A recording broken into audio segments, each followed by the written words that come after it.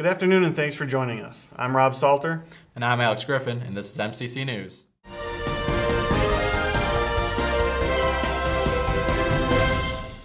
In campus news, Mott recently hosted a job fair in the Ballinger Fieldhouse. Potential employers from around the state and even neighboring states were in attendance. I was able to go to the event and talk with some of the companies that were here. Today, April 5th, Mott Community College hosted a job fair here at Ballinger Fieldhouse. Employers from around the state and even government agencies were here offering employment opportunities.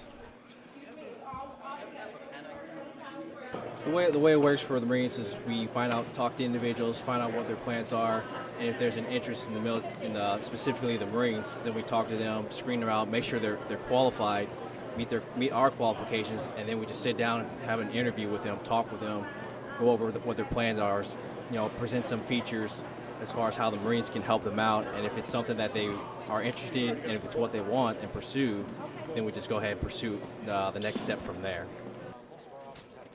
Robert Lee of Signal 88 Security explains the application process. So our application process, we're very much a technology-driven company. What I would tell you is that we have job requisitions online at Indeed.com, SimplyHired.com. We use all the major colleges' job portals as well. But that's where we refer everybody to go to there first. If we require that applicants go through a couple of hoops, right, to show that you have a commitment to our company and that we would have a commitment to you as well as an employer. Here at Ballinger Fieldhouse, I'm Rob Salter with MCC News. In road news, the town of Chesaning is having its main bridge reconstructed, so commuters and town residents alike should allow themselves extra time or find alternate routes. The bridge work began February 25th and is expected to last until fall. Now, it's important to note that if you do take the main route in town, the bridge is a one-lane bridge now, so expect a little extra time. Mother Nature has not been kind to Michiganders, with snow falling well into April. We talked to Brandon Clark, a local Flint man, who was riding in the backseat of a friend's car when they lost control and flipped upside down into a river. Clark and his friends managed to escape uninjured, but this does serve as a warning about the unpredictability of Michigan weather. In election news, with a couple months left until the Democratic and Republican national conventions, we look back to the Michigan primary. The winner for the Democrats was Bernie Sanders, who narrowly beat Hillary Clinton with the polls nearly split at 49 to 48% of the vote. The Republican Party, Donald Trump, dominated the polls with the 36%, followed by Ted Cruz and John Kasich with 24% each. The film industry sparked a lot of interest here in Michigan. In addition, the affordability of digital production and post-production has allowed more and more high schools to institute their own film programs.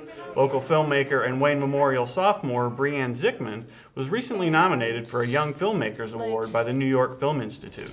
For it to be nominated is a really big deal for not only all of film club, but future film club, because it's you spend all your time, free time, after school, in school, helping to create this giant project, and to see it be nominated and even win an award is very rewarding, to say the least. Breanne is currently raising money to get to New York this summer. And in community news, for those that like to create things, should consider checking out the Flint Steamworks, a community makerspace where you can create things using their tools that include a 3D printer, laser cutter, and more. And if you don't know how to use these tools, don't let that discourage you, as the people that run the place will teach you. Our correspondent talked to Program Director of Flint Steamworks, Mike Wright, for more. We want to ensure that it's not just people with a technical background or people with a professional background like us that have the ability to utilize a space like this. Flint Steamworks is located in downtown Flint and open every Tuesday and Thursday from 6 p.m. to 9 p.m. For more information, check out their website at www.flintsteamworks.org. Well, that's all for MCC News. Thanks for joining us. I'm Rob Salter. And I'm Alex Griffin. Good night and good luck.